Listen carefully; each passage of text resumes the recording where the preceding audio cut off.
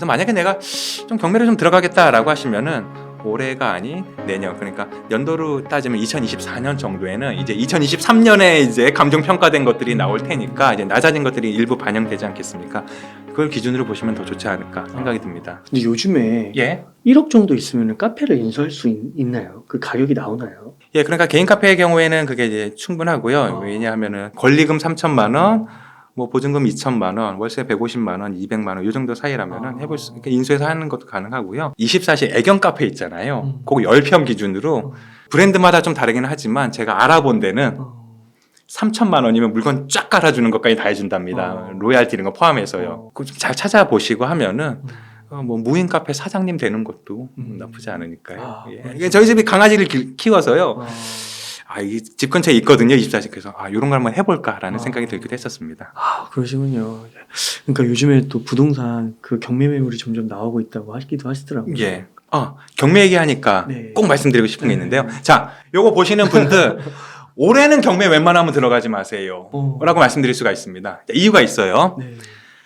경매가 일단 나오게 되면은 감정 평가를 해서 자 입찰가 얼마 이렇게 그러니까 기준 가격을 선정을 하잖아요. 그런데 지금 나오는 경매 물건들의 경우에는 작년에 감정 평가한 것들이 대부분입니다. 그러니까 2022년 9월, 10월 이때 감정 평가한 것들 위주예요. 이때 한창 높고 막 전고가, 최고가 이런 거 이제 기록했던 그 시점에 어떤 매물들이기 때문에 이게 지금 뭐 1회, 2회 정도 유찰돼서 한번 들어가 볼 만하다가 아닙니다.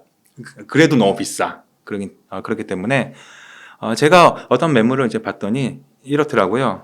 뭐 A라는 아파트가 이제 감정 평가 뭐 해서 한 7억 원 정도 나왔어요. 근데 지금 시세는 4억 원이야. 그래서 왜 이 모양이야 봤더니 2021년 12월에 감정 평가를 했던 어떤 금액이 지금 이렇게 계속 유찰되고 뭐 이렇게 진행되고 하는 것들입니다. 1년 동안 많이 떨어진 거군요. 맞습니다. 그렇기 때문에 그 경매라는 어떤 그 시스템이 그 좋은 매물을 굉장히 그 합리적인 가격으로 아니면은 좀 저렴하게 느껴지는 가격으로 매입할 수 있는 좋은 기회임에는 분명합니다만 올해는 좀 참아주시고 그래서 만약에 내가 좀 경매를 좀 들어가겠다라고 하시면은 올해가 아닌 내년, 그러니까 연도로 따지면 2024년 정도에는 이제 2023년에 이제 감정 평가된 것들이 나올 테니까 이제 낮아진 것들이 일부 반영되지 않겠습니까? 그걸 기준으로 보시면 더 좋지 않을까 생각이 듭니다. 그러면은 그 말씀은 예. 2022년에서 네. 지금까지는 많이 떨어진 거고 네. 내년 경매를 들어가는 거는 떨어진다 해도 그 폭이 그렇게 크진 않을 수 있다는 건가요? 아니면 더 떨어지긴 한다는? 이것도 똑같은 말의 반복이 시작되는 게 이제 시작이야입니다. 그러니까 지금 제가 다른 유튜브 이렇게 그 부동산 하시는 분들 이렇게 저도 이제 공부해야 되니까 이제 보거든요. 그러면은 얼마나 떨어졌는지 굉장히 집중을 하십니다. 예를 들면 뭐 A라는 아파트가 뭐 2019년에는 뭐 5억이었는데 2020년 최고가는 10억입니다. 그런데 그랬던 아파트가 지금 7억이니까 3억 떨어져서 30% 하락했습니다. 이렇게 애들 그래서 뭐 서울 지역에서 하락률 탑 10, 아니 뭐 경기 지역 뭐 이렇게 하더라고요. 그런데 거기서 이제 사람들이 집중하는 거는 이게 이렇게 높았었는데 이렇게 떨어졌구나거든요. 그런데 새로운 기준을 하나 말씀드리자면은 우리나라 부동산 가격이 본격적으로 상승하고 이렇게 변동성이 심해졌던 시점이 2017년입니다. 그러니까 그래? 그럼 이 아파트가 이제 지금 시세 뭐 최고점에 비해서 얼마 떨어진 건 알겠어 라고 하시면 안 되고요. 2017년 1월에 비해서 이게 오른 거야 내린 거야를 기준으로 하셔야 됩니다. 이런 거죠. 5억이었던 아파트 2017년에 올라서 10억이 됐습니다.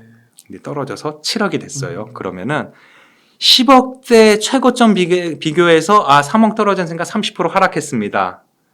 라고 하면은 많이 떨어졌네.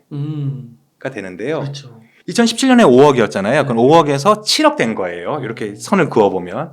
그러면 아직 2억 올랐네. 입니다. 예, 그래서 이 영상을 보시는 분들은 부동산 가격이 이게 높냐 낮냐 올랐냐 내렸냐를 판단하는 기준을 최고점이 아닌 2017년 1월엔 이게 얼마였나를 기준으로 보시면 되겠습니다. 그래서 어떤 채널 한 분은 딱 이렇게 하시더라고요. 그러니까 지금 얼마 떨어졌는데 사실 2017년에 비하면 올랐습니다, 내렸습니다. 뭐 이렇게 얘기를 하는데 그런 식으로 이 자기의 기준점을 그러니까 2017년 1월 이때로 보시면 되겠습니다. 그래서 만약에 집을 사고 싶다, 정말 필요해서 사시는 경우가 있을 거예요. 그러면은 그 아파트 가격을 이게 2017년 1월에 3억이었는데 7억까지 올랐어. 근데 지금 5억 됐어. 그래서 지금 매도자 입장에서는 내가 이거 옛날보다 2억 싸게 판다라는 생각을 하지 않겠습니까? 하지만 매수하는 입장에서는 이거 옛날에 3억이었으니까 부동산 사장님한테 가서 이거 3억이면 사겠다고 좀 전해주세요라고 한번 던져볼 수는 있습니다. 2017년 가격을 보시고 2017년 1월 가격으로요. 예. 와, 그렇게 보시는 거예요? 맞습니다. 와, 그거는 뭐 약간 그러면 너무 많이 올랐다라는 건가요? 예, 그러니까 이 부동산 그래프를 이제 보시게 되면은 대부분 비슷하게 발견되는 현상이 2017년 1월까지는 큰 변동이 없이 아주 미세한 폭으로 이게 올랐었습니다. 왜냐하면 그때 2007년의 금융위기 여파가 아직 지속되고 있었기 때문입니다. 그런데 그 이후에 부동산 가격이 이게 출렁출렁이면서 점점 올라가는 출렁이는 모습을 보이고 있거든요. 그리고 지금 딱 이제 하락하는 모습이죠. 그래서 선을 그어 보면은 기준점, 시작되는 지점을 2017년 1월부터 하면은 이 집 가격이 많이 올랐구나, 내렸구나, 살 수 있겠구나 정도의 어떤 판단할 수 있는 기준점이 될 수가 있습니다. 그러니까 지금 뉴스에서 나오는 것들 보면은 강남 부동산이 뭐 10억 떨어졌어, 맞아요. 뭐 이렇게 얘기하잖아요. 근데 그게 2017년부터 20억이 올랐다. 근데 지금 10억 떨어졌다라고 하면은 그거 기준으로 보면은 10억 아직 오른 거예요. 더 떨어질 여지가 있는 겁니다. 그래서 지금 부동산을 갖고 계신 분들의 경우에는 계속 이제 하락할 거라는 걸 염두에 두셔야 되겠습니다. 그러면 지금 뉴스에서 막 일시적 반등, 네, 뭐 그 일시적 반등이냐 아니냐 이런 거 갖고 논란이 좀 있는 것 같더라고요. 맞습니다. 뭐한 1, 2억씩 또 오르기도 하고요. 예. 그런 거는 바닥이 좀 나왔다라고 볼 수는 없는 건가요? 일단 결론부터 말씀드리자면은 바닥이 아니고 이제 시작인 상황입니다. 왜냐하면 이 사람들의 그 심리랑 관련이 있는데요. 정부에서 뭔가 대책을 발표했다. 그러면은 여기 좀 풀어준다고 하니까 좀 괜찮아질 거야, 오를 거야, 뭐 이렇게. 그러니까 얼마 전에 반등하는 시점에 보면 뭐 1기 신도시 재건축 확 풀어줄게, 뭐 이런 내용이 핵심이었거든요. 그러니까 우리 좋아진대, 뭐 이렇게 오른대 였습니다. 그런데 이게 오를 거라고 생각해서 사람들이 이제 매수를 하고 거기서 다시 이렇게 상승세가 유지돼야 이제 이렇게 올라갈 수 있는 건데, 반짝했다가 어이구 아직 아닌가 보다라고 하는 어떤 그 기대감을 접은 그 매수자들이 아주 우위에 있는 상황이거든요. 그렇기 때문에 가격은 더 하락할 거고, 그리고 일부 단지는 아직 매매가 많이 이루어지지 않아서 낮아진 시세가 적용 안 되는 일부 단지들도 있습니다. 소규모 단지들이. 그래서 이런 단지들도 낮은 가격에서 한번 거래가 되면 그게 기준점이 돼서 계속 이렇게 하락할 거기 때문에 지금 일시적인 반등을 했다라고 했을 때 현명한 어떤 소유자들은 지금 기회가 왔다. 지금 좀 빼주는 식으로 해서 좀 빨리 매도 처분하는 게 낫겠다라고 하셨던 분들은 현명하신 분들이고, 왔어 드디어 반등이 왔어라고 하셨던 분들은 앞으로 조금 더 하락이 지속되다가 다시 뭔가 정부에서 발표해서 또 살짝 미미하게 반등하는 시점이 언젠가 또 있을 거거든요. 그럼 그때 매도 처분하시면은 그 이후의 하락세를 그렇구나. 견뎌내실 수가 있을 겁니다. 그러니까 그 2008년 이후에도 네. 이게 2013년까지 하락을 할 때 네. 그냥 주구장창 떨어진 게 아니라 네. 중간에 한번 이렇게 살짝 올라오긴 하더라고요. 네, 몇 번씩 이렇게 정부에서 대책 발표할 때 그랬었고요. 그리고 2007년에 그 금융위기 이후에 그 후유증이 굉장히 길었습니다. 그래서 이건 또 굉장히 아이러니한 말씀을 하나 드리자면, 이게 집값이 오르지 않았기 때문에 집값이 올랐던 말도 안 되는 상황이 펼쳐졌습니다. 2014년부터 미미하게요. 네. 내용은 이렇습니다. 집값이 오를 것 같지는 않아. 그런 사람들은 집을 왜 사? 전세로 들어가지. 전세만 이렇게 수요가 몰리니까 전세 가격이 올라갑니다. 매매 가격이 밀어내는 거죠. 그러니까 전세 가격 올라서 매매 가격이 올랐으니까 사람들이 이제 가격이 오르나 보다. 이제 매입을 또 이제 하기 시작합니다. 그래서 앞으로 이제 어떤 그 부동산 가격 반등 신호가 뭐냐라고 했을 때 가장 핵심적인 게 금리에 더해서 이제 전세 가격, 이 두 가지 기준을 놓고 보시면은 크게 잘못 판단하실 일은 없을 겁니다. 왜냐하면은 이 결국에는 이 거주의 가치, 그리고 지금 이 아파트 단지 또는 이 지역이 어느 정도의 가치를 지니고 있는가라고 하는 거는 사실은 전세 가격이 아주 적나라하게 표현해 주고 있는 거거든요. 거의 실시간으로 표현해 준다라고 정확하게 이게 표현해 주고 있다는 걸 알 수가 있습니다. 그런데 전세 가격도 기준점이 있어요. 2019년 말을 또 기준으로 해야 됩니다. 왜냐하면 2020년 6월 30날 임대차 3법이 시행이 되면서 이 전세 투자 개념이 들어가기 시작했거든요. 앞으로 무조건 새 들어오는 사람한테 4년을 보장해 줘야 된다라고 하니까 네. 기존에 2년씩 하니까 그냥 조금 몰리고 뭐 플러스 마이너스가 있었는데 그때는 2020년 그 당시에는 야 이거 앞으로 4년 동안 못 받는데 그러니까 4년 오를 거 한꺼번에 반영을 하자. 그렇구나. 그러니까 돼서 전세에 원래는 실거주의 어떤 가격만 가치만 반영이 돼야 되는데 투자 개념까지 들어와서 자, 전세 가격이 투자 어떤 개념 들어가서 플러스가 됐죠. 그럼 매매 가격은 여기 더 더해서 그러니까 이게 상호 영향을 끼치면서 이제 그 집값이 오른 어떤 측면이 있습니다. 그래서 이 전세 가격의 흐름을 봤을 때 2020년 1월 기준으로 해서 그때부터 확 올랐다라고 하면은 전세 가격도 떨어지겠구나. 그래서 이 정도 말씀드릴 수가 있겠네요. 지금 전세 가격 이제 하락해서 그렇다면은 역전세 이제 상황 발생하고 있는 곳 있잖아요. 그래서 이런 데는 이 옮기시는 게 굉장히 현명할 수가 있습니다. 왜냐하면 지금 계속 뭐 2년 더 할게요. 뭐 집주인이 이제 사정하잖아요. 뭐 조금 더 줄게 이렇게. 그러면 지금 그렇게 사정하는 집주인이 과연 2년이 더 지났을 때 또 전세금 온전히 돌려줄 수 있을 것이냐. 네. 어떤 상한 능력의 어떤 그 의문점이 생기기 때문에 몇 억이니까 그거를 2년 안에 모으기가 쉽지는 않을 것 같은데요. 맞습니다. 그러니까 좀 느낌이 쎄하다라고 싶은 그런 주인들이 있거든요. 그런 경우에는 미련 없이 그냥 전세 옮기시는 게 좋은 판단일 수가 있겠습니다. 그렇군요. 네. 그 판단 기준을 두 가지 금리랑 전세가를 말씀해 주셨는데 금리 부분은 네. 이게 금리가 낮아진다는 건가요? 아니면은 어떻게 금리로 판단을 한다는 건가요?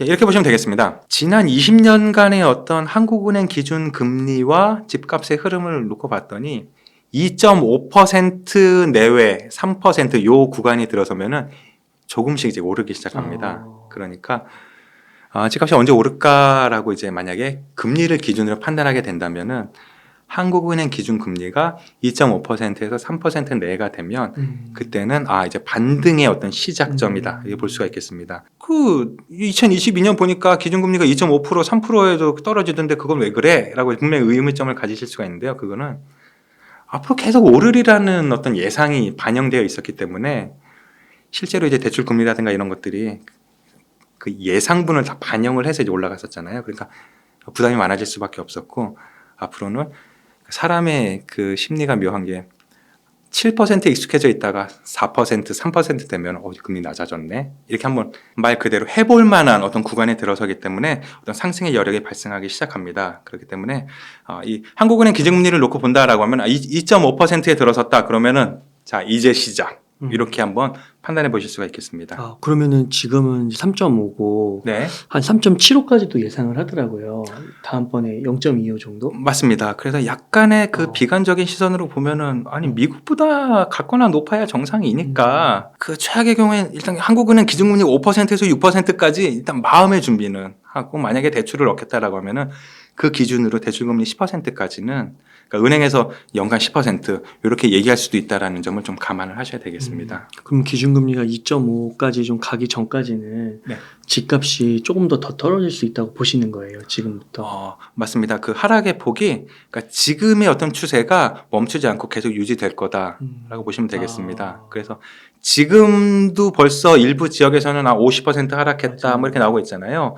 근데 거기서 추가적인 20-30%의 하락까지도 나올 수가 있는 상황인 겁니다. 그래서 아까 말씀해 주신 2017년 기준도 보고 네. 이 금리도 보고 맞습니다. 그러면 아까 전세가를 말씀해 주신 게 이게 전세가가 올라오면서 이 매매가를 밀어 올린다고 하셨잖아요. 맞습니다. 근데 예. 지금 이게 많이 벌어져 있잖아요. 네. 전세가도 많이 떨어졌더라고요. 그러면은 이게 전세가가 올라오기 전까지는 네. 기다려봐도 된다. 그렇게도 말할 수 있나요? 예, 맞습니다. 그러니까 이 전세 가격의 흐름이 전세, 그러니까 역전세, 깡통 전세 이런 것들이 이제 없는 시점, 그러니까 이런 뉴스가 더 이상 안 나오는 것 같다. 전세 그래프를 이렇게 보니까 이제 여기가 지금 하락점이 확실히 딱 눈에 보인다라고 하면은 근데 이제 전세가 조금씩 이제 플러스될 어떤 그런 가능성이 높아진다라고 보시면 되겠고요. 그리고 이거는 경험에 의한 하나를 말씀드리자면. 아파트 가격이 언제 오를까요? 라고 하는 거는 시청각 자료가 있어요. 그러니까 가끔 뉴스에서 이런 뉴스 나옵니다. A라는 아파트 단지에 어떤 사람은 처음에 분양받았던 분들이고 또 어떤 분들은 나중에 할인 분양받은 분들이 있습니다. 그런데 이 원래 처음에 분양받았던 분들이 열이 확 받은 거예요. 할인 분양 이 사람들 인정 못해. 그렇죠. 예. 그래서 과격하지만 그 아파트 입구에 차 대놓고 막 바리케이트 치고 막 띠 두르고 막 검문 검색하거든요. 저기 몇 단지 계약하신 분이에요? 뭐 몇 호이세요? 이렇게. 못 들어오게 하는 거예요. 예. 그런 장면이 혹시 뉴스에 보인다라고 하면은 아, 이제 오를 때 다 됐다라고 보시면 됩니다. 왜냐하면은 그러한 모습들, 그러니까 이 할인 분양에 불만을 가진 기존 그 수분양자들이 이렇게 경계 근무를 서는 때가 진짜 하락세 끝물이거든요. 그렇기 때문에 이런 모습이 보인다라고 하면은 자, 들어가자, 뭐, 이렇게, 오를 준비 됐다. 이렇게 한번 보시는 것도 어떤 그 경험에 의해서는 그것도 예상해 볼 수가 있습니다. 그러시군요. 그러면 앞으로 네. 뭐 미분양도 막 7만 5천? 이고 꾸준히 증가하고 있습니다. 예. 더 올라갈 거라고 보시는 거세요? 맞습니다. 예. 그리고 막 뭐 PF 막 대출 이런 것도 뭐 위기 터진다. 그런 것도 똑같이 나오고 막 재현되고 그렇게 똑같이 보시는 거예요? 맞습니다. 그러니까 어떤 거시 경제 측면에서 보면은 어떤 건설사들이 이렇게 뭔가 이제 사업을 진행을 해서 이익을 얻을 수 있을 거라는 확신이 들면은 무리를 해서라도 돈도 끌어오고 뭐 이렇게 짓고 뭐 담보도 다 잡히고 이제 할 텐데요. 지금 보면은 은행에서 지금 아파트 대출 죄송합니다. 못 해드리겠습니다. 뭐라고 하는 경우도 있는 거고, 그리고 건설사들 입장에서도 과연 이익이 날 수 있을까? 얼마 전에 뭐 건설사에서는 그 아파트 단지 재건축 해주겠다고 이제 수주를 이렇게 해서 시작하려고 보니까 이거 안 되겠다.